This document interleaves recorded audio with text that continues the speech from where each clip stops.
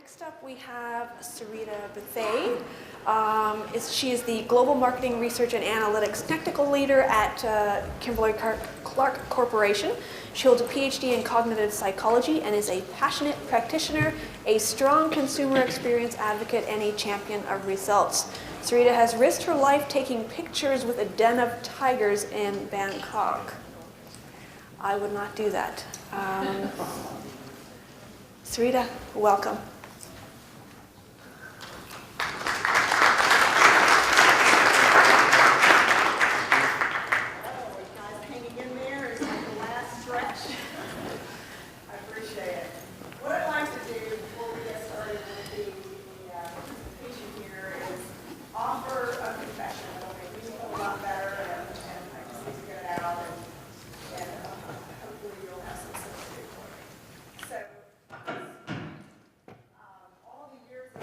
Experience and training that I've had in the area of behavioral science, and we're now talking 25 plus years, I still find that I get stumped by JCPenney's pricing strategy. Go figure, when they're using this anchoring thing. And this is my second year at this conference, and I'm still only marginally better. What should I do?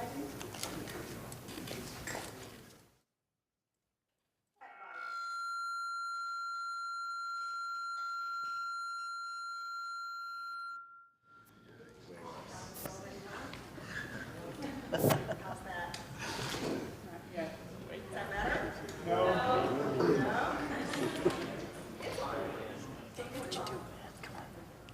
Am I good? Technology. Yeah. All right. Okay. So now let's start my confession all over. Yeah. So I'll start from the experience here at IIeX. So this is my second year here, and I'm still only marginally better at that LRW VR demonstration, the virtual reality demonstration. This is after lots of years of understanding behavior. And finally, and this is probably the biggest one of all, I can stand here with lots of conviction and tell you that it makes no sense to me why anyone would pay $200 for an 18-inch doll just because it has the name American Girl on it. However, when I walk into the store, and if there's anyone else who can relate to this, there is a North Point Mall just north of here, about 25 miles north of here. There's an American Girl store. When I go into this American Girl store, I get sucked into it. There's something in the air ventilation, I believe, that just takes all of that rationality out of the equation, and I'll stop short of telling you how many American Girl dolls we actually have at home. And here's the thing. I don't think I'm alone in being irrational.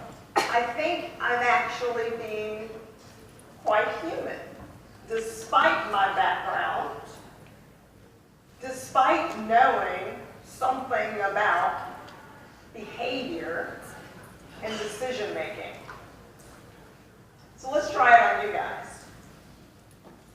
Why is it? I am pointing. Can we go to the next slide? Should I be doing something else with this? No.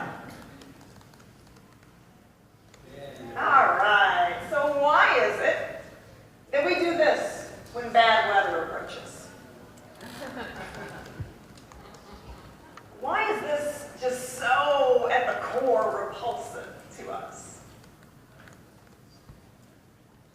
Why are we able to do this complex task without thinking? And in fact, if we don't do it for a while, years in fact, and we pick it back up, we can still do it. Why do we do this when we're elated by a sports play? What is that? Who started that? At the core, it is because we are emotional, habitual, socially and culturally driven creatures.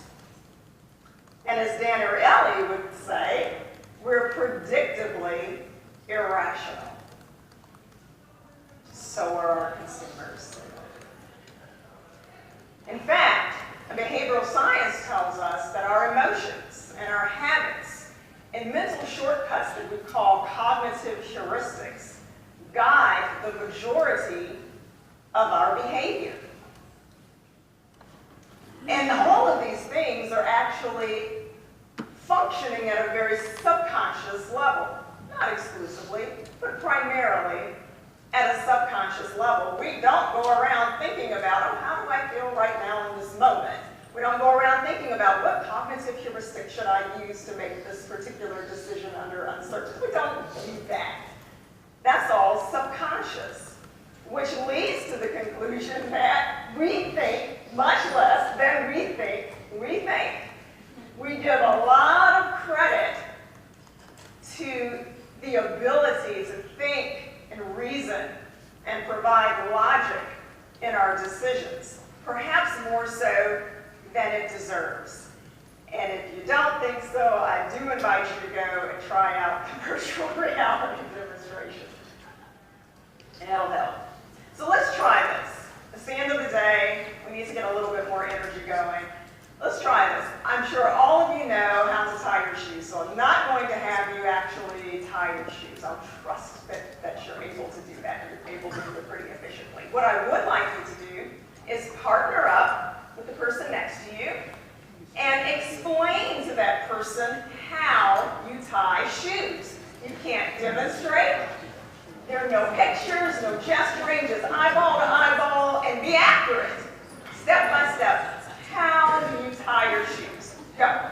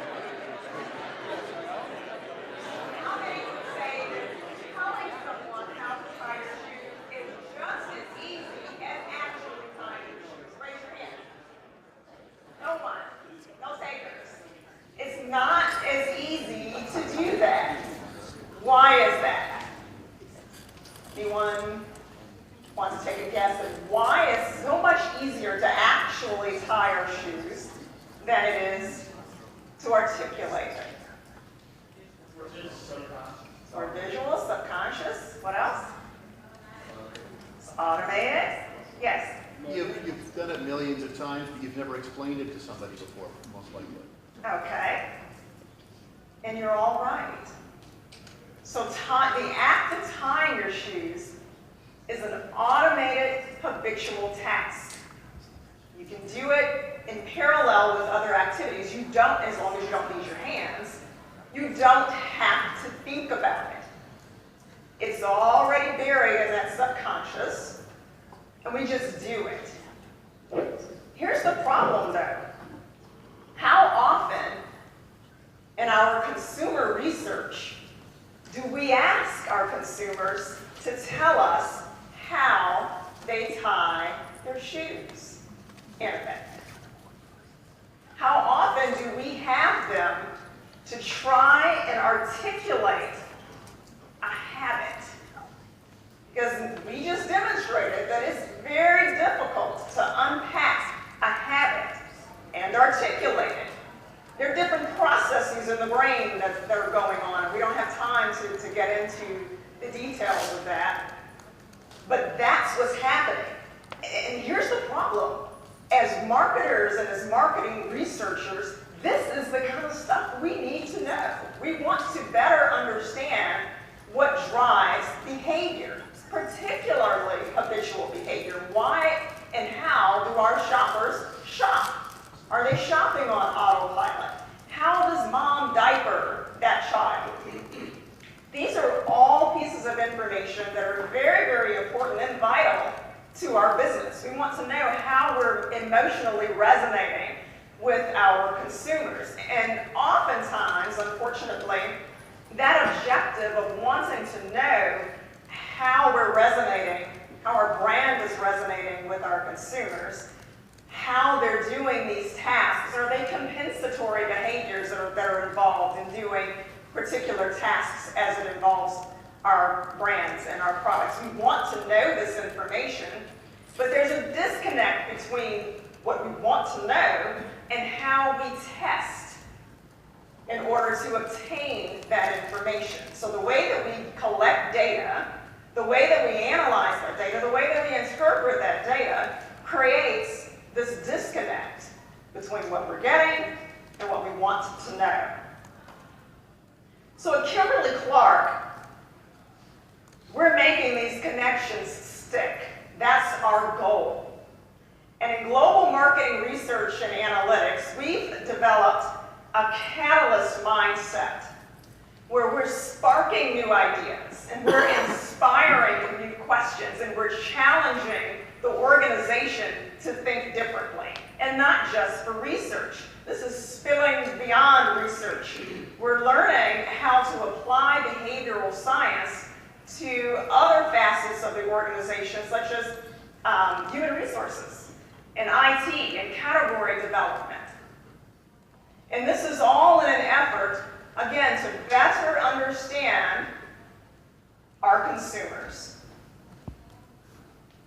And we're taking progressive measures to change the status quo.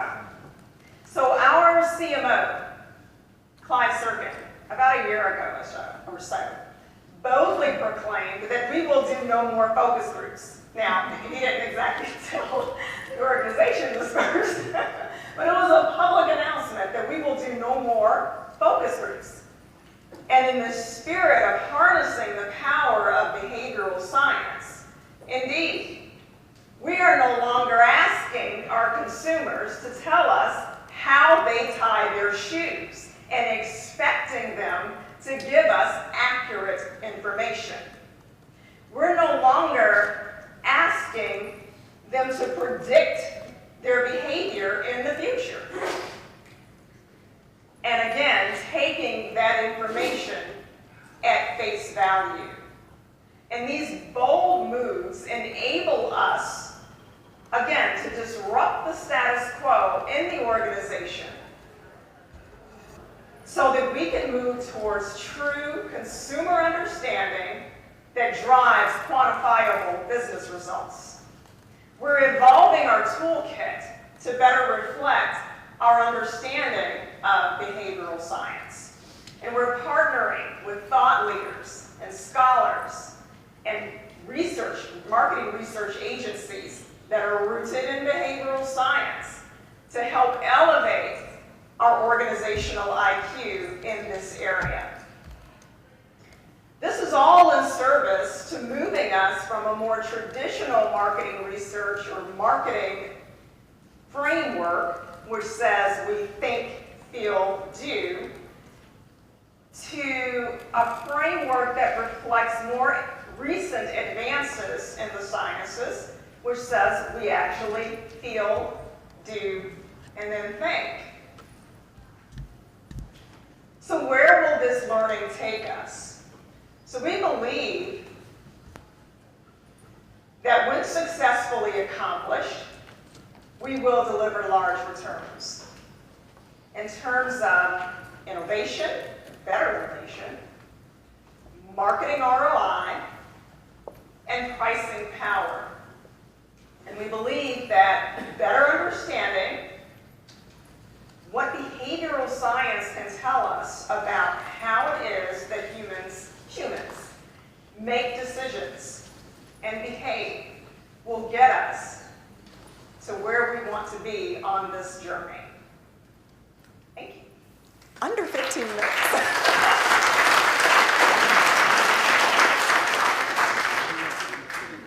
And I believe we have time for questions, right? All right.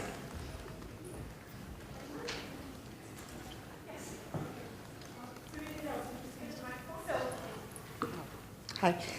So you've spurned focus groups. What would you identify as the most innovative methods you've used at KC for establishing insights? You have actually heard some of them today even. So we have enlisted the support of Aaron Reed and Sentient Sciences to help us better understand, again, what are those heuristics that drive behavior in pricing and promotion, for example. We've also identified another approach using cognitive heuristics that enables us to better ideate using a systematic approach, again, driven by these cognitive heuristics in behavioral science that have helped us in a wide range of areas. Claims generation, for example. We've used it in e-commerce. I mean, you'd be surprised at the number of different areas in which this can have a very profound impact on our learning and decision-making as a business. I